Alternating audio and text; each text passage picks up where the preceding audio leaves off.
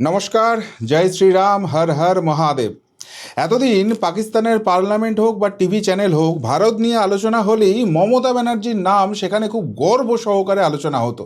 তার কারণ এই পাকিস্তানিরা বলতো যে এই মমতা বন্দ্যোপাধ্যায়ের লোকজন যখন ভারতবর্ষের মধ্যে আছে, তখন পাকিস্তানিদের আর ভারত বিরোধিতার কী দরকার আছে। কি রেপুটেশন ভাবুন, বাংলার মাথাটা লজ্জায় ঠিক কতখানি হেঁট হয়ে যেত। যাই হোক, পাকিস্তানের বিপদের দিনে এরা যেহেতু সহায় হতো, আজকে যখন এরা বিপদে পড়েছে তখন কি পাকিস্তান এদের সহায় হবে? তার কারণ এই যে মমতা ব্যানার্জির ভাইপো অভিষেক ব্যানার্জি এবং তার পিএ সুমিত রায়, তাদের সঙ্গে পাকিস্তান যোগ নিয়ে এক নতুন খবর এসছে, যা নিয়ে রীতিমতো উত্তাল হয়ে ওঠার অবস্থা হয়েছে বঙ্গ রাজনীতি। আপনারা জানেন যে এই যে ফেরেববাজ সুমিত রায়, সে কিন্তু পালিয়ে বেড়াচ্ছে। তার বিরুদ্ধে অ্যারেস্ট ওয়ারেন্টের অ্যাপিল করা হয়েছে, তার বিরুদ্ধে লুকআউট নোটিশ জারি করা হয়েছে যাতে দেশ ছেড়ে না পালিয়ে যেতে পারে। আইনি সহায়তা, রক্ষা কবচের বিভিন্ন চেষ্টা করছে, কিন্তু এর মাঝখানে সুমিত রায় পালিয়ে বেড়াচ্ছে। যারা এতদিন মানুষকে মিথ্যা মামলায় ফাঁসিয়ে দিয়ে জেল খাটানোর ব্যবস্থা করত, মুখ বন্ধের ব্যবস্থা করত আর নিজেরা সীমাহীন দুর্নীতি করত, আজকে যখন তাদের বিরুদ্ধে তদন্ত হচ্ছে, তারা দেশ ছেড়ে পালিয়ে যাওয়ার চেষ্টা করছে। ভাবুন কি উচ্চ মানের ব্যাপার এখানে চলছে। যেটুকুনি খবর পাওয়া যাচ্ছে, আপনারা জানেন যে এই সুমিত রায়ের last known mobile tower location পাওয়া গিয়েছিল অভিষেক ব্যানার্জির ঘরে, যে কারণে পুলিশ মাঝরাতে অভিষেক ব্যানার্জির ঘরে সেখানে রেড করে। তার বাড়ির দরজা অভিষেক ব্যানার্জি খুলতে না চাওয়ায় শেষ পর্যন্ত সেই দরজা গ্যাস কাটার দিয়ে কেটে সেখানে সুমিত রায়কে খোঁজার চেষ্টা করা হয়, কিন্তু সেখান থেকে সুমিত রায় গায়েব হয়ে গিয়েছিল। ফলে পুলিশ কিন্তু তাকে সমানে খুঁজে চলেছে। সিআইডিও এই ব্যাপার নিয়ে যথেষ্ট তৎপর হয়েছে এবং সারা দেশে সমস্ত নেটওয়ার্ককে অ্যাক্টিভেট করা হয়েছে। কেননা একটা আশঙ্কা ছিল এই সুমিত রায় বাংলাদেশ পালিয়ে যেতে পারে, এবং তার ফলে আপনারা জানেন যে বাংলাদেশের যে একটা বড় সীমানা পশ্চিমবঙ্গের সঙ্গে রয়েছে, এবং যার একটা বড় অংশ মমতা বন্দ্যোপাধ্যায় গত 15 বছরে কিছুতেই বেড়া লাগাতে দেয়নি, যাতে এই ফেরেববাজগুলো, এই চিটিংবাজগুলো এদিক ওদিক করতে পারে খুব সহজে। সেই জায়গাটায় এখন তো বেড়া তোলা হচ্ছেই, তার পাশাপাশি সিকিউরিটিও অনেক টাইট করা হয়েছে। আগে বিএসএফকে মমতা ব্যানার্জিরা যেভাবে আটকে দিত, আজকে তো সেই জায়গাটা নেই, আজকে ফ্রি হ্যান্ড দেওয়া হচ্ছে। ফলে বাংলাদেশ বর্ডারটা প্রথমেই সিকিওর করে দেওয়া হয়। এই সুমিত রায় বাংলাদেশ বা নেপাল যাতে পালিয়ে যেতে না পারে, সেই ব্যবস্থাটা এনশিওর করা হয়েছিল। এবং এই ফেরেববাজ সুমিত রায় সেও বুঝে গিয়েছিল এই দিক থেকে দেশ ছেড়ে পালানো সম্ভব হবে না। আর সেই জন্য সুদূর পশ্চিমবঙ্গ থেকে, মানে ভারতবর্ষের পূর্ব প্রান্ত থেকে একদম পশ্চিম প্রান্তে চলে গেছে, পাঞ্জাবে চলে গেছে, এবং পাঞ্জাব বর্ডারে এই সুমিত রায় এবং তার ফ্যামিলি সেখানে লুকিয়ে বসেছিল, অপেক্ষা করছিল যে তারা কি পাকিস্তানে পালিয়ে যাবে। কিন্তু পুলিশ খবর পায়, তার মোবাইল লোকেশন ট্র্যাক হয়, সুমিত রায়ের নিজের মোবাইল ইউজ করছে না, অন্য মোবাইল, অনেক কিছু যেটা পুলিশের ব্যাপার থাকে, একে ঘিরে ফেলা হয়। সেই অবস্থা থেকে সুমিত রায় একা ওখান থেকে এসকেপ করে। বুঝেছে সঙ্গে ফ্যামিলি থাকলে সুমিত রায়ের আত্মগোপন করে থাকা সম্ভব হবে না, ফলে সে আপাতত পালিয়েছে।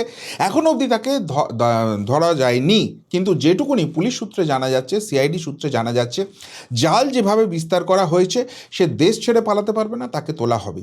এদিকে সুমিত রায় একদিকে যখন পালিয়ে বেড়াচ্ছে, অন্যদিকে কিন্তু আদালতেও চেষ্টা করছে যে রক্ষা কবচ পাওয়া যায় কিনা। আজকেও সুমিত রায়ের মামলার হিয়ারিং ছিল, ওর বিরুদ্ধে যে এফআইআরটা হয়েছে, গ্রেপ্তারি পরোয়ানা হয়েছে, সেটাকে খারিজ করার জন্য আবেদন করা হয়েছিল। কিন্তু রাজ্য সরকারের তরফ থেকে যিনি আইনজীবী ছিলেন, তিনি আজকে একটা বিশেষ কাজে আটকে গিয়েছিলেন, তিনি আসতে পারেননি। ফলে মৌখিকভাবে একটা মহামান্য আদালতের তরফ থেকে বলা হয়েছে যে আগামী মঙ্গলবার পর্যন্ত এই সুমিত রায়ের বিরুদ্ধে কোনো কোয়ার্সিভ স্টেপ নেওয়া যাবে না, তাকে অ্যারেস্ট করা যাবে না, এই মামলাটার হিয়ারিংটা আগে হোক, এবং সেটার জন্য সোমবারের ডেট দেওয়া হয়েছে। ফলে পুলিশ তাকে ঘিরে রাখলেও, সিআইডি তাকে ঘিরে রাখলেও এখনই এই মুহূর্তে তুলতে পারছে না। কিন্তু এই সুমিত রায়ের পলায়নই বলে দিচ্ছে যে সুমিত রায় কত বড় কালপ্রিট, এবং তার থেকেও গুরুত্বপূর্ণ যেটা অভিষেকপন্থীরা, অভিষেকের পা চেটে একদিন যাদের চলতো, আজকে যারা ভালো তৃণমূল হয়ে গেছে, তারাও কিন্তু এনশিওর করে দিচ্ছে সুমিত রায় হচ্ছে গেটওয়ে অফ অভিষেক ব্যানার্জির দুর্নীতি। অভিষেক ব্যানার্জির যে করাপশন রয়েছে, তার প্যান্ডোরা বক্স খুলে যাবে যদি সুমিত রায়কে হেফাজতে নেওয়া যায়। আর সেই জন্যই কি সুমিত রায় দেশ ছেড়ে পালাবার চেষ্টা করছে? মানে অভিষেকের সাগরের সব কটাই কি এরকম মিচকে শয়তান, সব কটাই কি দেশ ছেড়ে পালাবে? আপনাদের নিশ্চিতভাবে খেয়াল আছে, অভিষেকের ডানহাত বলা হতো যাকে, সেই জাহাঙ্গীর খান, ফলতার পুষ্পা ঝুঁকেগা নেহি, সেও পালাতে গিয়েছিল বাংলাদেশ থেকে হয়ে নেপাল। এবং সেখানে পানি ট্যাঙ্কিতে ধরা পড়ে শেষ পর্যন্ত মালটা। আর একজন সাগরেদ শওকাত মোল্লা, সেও পালাতে গিয়েছিল, এই বাংলাদেশেই পালাবার ছক ছিল, এবং সেই জন্যই সোনারপুরে চলে এসেছিল, কামালগাজী থেকে এনআইএর হাতে ধরা পড়ে। আর এখন অভিষেকের পিএ সুমিত রায়, সে দেখছে এই দিকগুলো সিকিওর নয়, জাহাঙ্গীর শওকতরা ধরা পড়ছে বলে সুদূর পাকিস্তানে পালাবার ছক করছে। কত বড় জায়গায় জিনিসটা যাচ্ছে একবার ভাবুন। তবে এইখানেই ব্যাপারটা শেষ হচ্ছে না। আজকে কিন্তু আরও বেশ কিছু গুরুত্বপূর্ণ আপডেট আসছে, এবং সবথেকে বড় যে আপডেটটা আসছে সেটা হচ্ছে যোগী বাবার রাজ্যের পুলিশ এখানে চলে এসছে, এবং যে সে পুলিশ নয়, এটিএস অর্থাৎ অ্যান্টি টেররিজম স্কোয়াড, তারা চলে এসছে। কোথায় চলে এসছে? হাসনাবাদের রামেশ্বরপুর এলাকা। সেখানে তৃণমূল নেতা, তৃণমূলের মহান নেতা আবদুল্লাহ গাজী, তার বাড়ি ঘিরে ফেলা হয়েছে এবং তাকে জিজ্ঞাসাবাদ করা হচ্ছে। কেননা এই আবদুল্লাহ গাজী এখানে মাদ্রাসা বানানোর জন্য প্রচুর টাকা তুলেছে, এবং সেই টাকার ফান্ডিংটা হয়েছে বিদেশ থেকে, এবং সেই টাকার সঙ্গে জঙ্গি যোগ রয়েছে, এরকম ভয়ঙ্কর সব অভিযোগ। অথচ মমতা বন্দ্যোপাধ্যায় গত 15 বছরে এই সব কিচ্ছু নাকি জানতেন না, কিচ্ছু তিনি বুঝতেন না। তিনিই রাজ্যের মুখ্যমন্ত্রী ছিলেন, তিনিই রাজ্যের পুলিশ মন্ত্রী ছিলেন। মাদ্রাসা শিক্ষার ফান্ডিং এক লাফে কয়েক হাজার গুণ বাড়িয়ে দিয়েছিলেন সেই মমতা ব্যানার্জির রাজ্যে। মমতা ব্যানার্জির দলের নেতা আবদুল্লাহ গাজী, তার বাড়িতে জঙ্গি যোগ এবং বিদেশি ফান্ডিংয়ে এখানে মাদ্রাসা তৈরির নামে দেশে নাশকতা তৈরির চেষ্টা করা হচ্ছে, এমন ভয়ঙ্কর অভিযোগে সেখানে খানা তল্লাশি চলছে, সেখানে জেরার জায়গাটা চলছে। মানে কি অবস্থাটা! রাজ্যটা যে বারুদের স্তূপের উপর বসেছিল, রাজ্যে কিছু হতো না হতো আর মমতা ব্যানার্জি মানুষ খেপিয়ে দিত, মানুষকে বলতো যে বিজেপি এখানকার সর্বনাশ করে দিচ্ছে, এখানকার মুসলিম সমাজকে খেপিয়ে দিত, এবং তারপর হিন্দুদের উপর যে বেছে বেছে আক্রমণ করা হতো, সরকারি সম্পত্তি জ্বালিয়ে পুড়িয়ে ধ্বংস করে দেওয়া হতো, তার সিস্টেমটা কিভাবে বানিয়ে রেখেছিল মমতা ব্যানার্জি, আজকে কিন্তু একটু একটু করে এক্সপোজ হচ্ছে। কিন্তু এই প্রসঙ্গে একটা কথা উঠে আসছে যে যোগী রাজ্যের পুলিশ, যোগী বাবার পুলিশ এর খবর পাচ্ছে, তাহলে এই রাজ্যের যে মাদ্রাসাগুলি রয়েছে, বিশেষ করে খারিজি মাদ্রাসাগুলো, সেগুলোর সঙ্গে কার কী যোগ রয়েছে সেগুলোতে এবার খুব ভালো করে খোঁজ নেওয়ার দরকার আছে। কেননা নিশ্চিতভাবে আপনারা খাগড়াগড় মনে রেখেছেন, সেখানেও কিন্তু খারিজি মাদ্রাসা থেকেই সব সমস্যার সূত্রপাত হয়েছিল, এবং এই সব জায়গাতেও যেগুলো খোঁজ পাওয়া যাচ্ছে, এখনও দেখুন বিদেশি ফান্ডিং, জঙ্গি যোগ সব কিছু কিন্তু এইগুলোর সঙ্গে হচ্ছে। এদিকে যখন এইগুলো নিয়ে একদম উত্তাল অবস্থা রয়েছে, তখন তৃণমূলের বদমাইশি, তৃণমূলের গুপ্তধনের কথা আরও বেশি করে তৃণমূলের লোকেরাই বলে দিচ্ছে। এতদিন আমরা ভানুয়াতুর নাম শুনেছিলাম, মানে বাপের জন্মে কোনো দিন শুনিনি।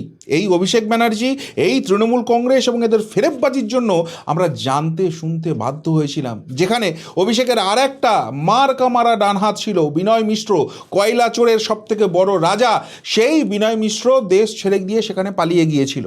আর এখন নতুন করে শোনা যাচ্ছে ক্যামান আইল্যান্ডের কথা, সেই ক্যারিবিয়ান জায়গা যেখানে ট্যাক্সের ফাঁকি নিয়ে অনেক কিছু কাণ্ড কারখানা হয়। কিছুদিন আগেই এই নামটা সামনে এসেছে, যেখানে দেখা যাচ্ছে যে সেল কোম্পানি তৈরি করে তৃণমূল কংগ্রেস লক্ষ লক্ষ কোটি টাকা সেখানে নাকি পাঠিয়েছে, এবং সেখানে এই তৃণমূলেরই ব্যবহার করার জন্য হেলিকপ্টার, তারপর ওই কী সব জেট ফেট রয়েছে, সেইগুলো সব কেনা হয়েছে, আবার তৃণমূলও নিজের পয়সা দিয়ে কিনে সেগুলোই আবার ভাড়া করছে। তো সেইখানে তৃণমূলের প্রচুর নাকি গুপ্তধন লুকোনো আছে। এ তো সবে টিপ অফ দ্য আইসবার্গ, না আমার আপনার কথা নয়। একদা মমতাপন্থী, এখন ভালো তৃণমূল হয়ে যাওয়া তৃণমূলেরই বিধায়ক প্রসূন বন্দ্যোপাধ্যায়, যিনি পুলিশের চাকরি ছাড়ার একদম সাথে সাথে মমতা ব্যানার্জি 2024 লোকসভা নির্বাচনে টিকিট দিয়েছিল, হেরে গিয়েছিলেন, এবং তারপর আবারও বিধানসভায় টিকিট পেয়েছেন, বিধায়ক হয়েছেন, তিনি ফাঁস করছেন এসব।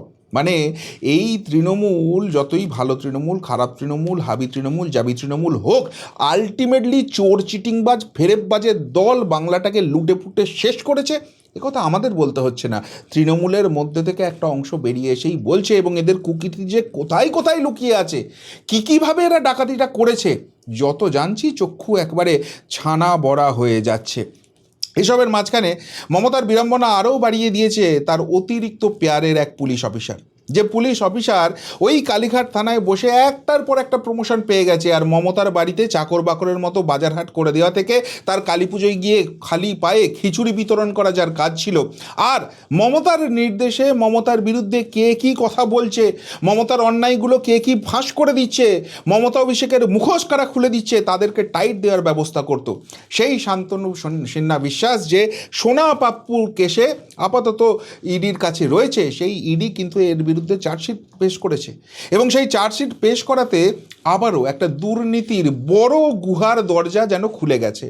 এই শান্তনু সিনহা বিশ্বাসরা পুলিশ সিস্টেমটাকে ব্যবহার করে রাজ্যের মানুষকে প্রোটেকশন দেওয়ার জায়গায় কিভাবে লুটপাট চালাতো, কিভাবে থানাগুলোতে পুরোপুরি কোটা বেঁধে রেখে দেওয়া হতো এবং সেই অনুযায়ী থানাগুলোকে দিয়ে তোলাবাজি করানো হতো, সেই সমস্ত কিছু ইডির চার্জশিটে চলে এসছে।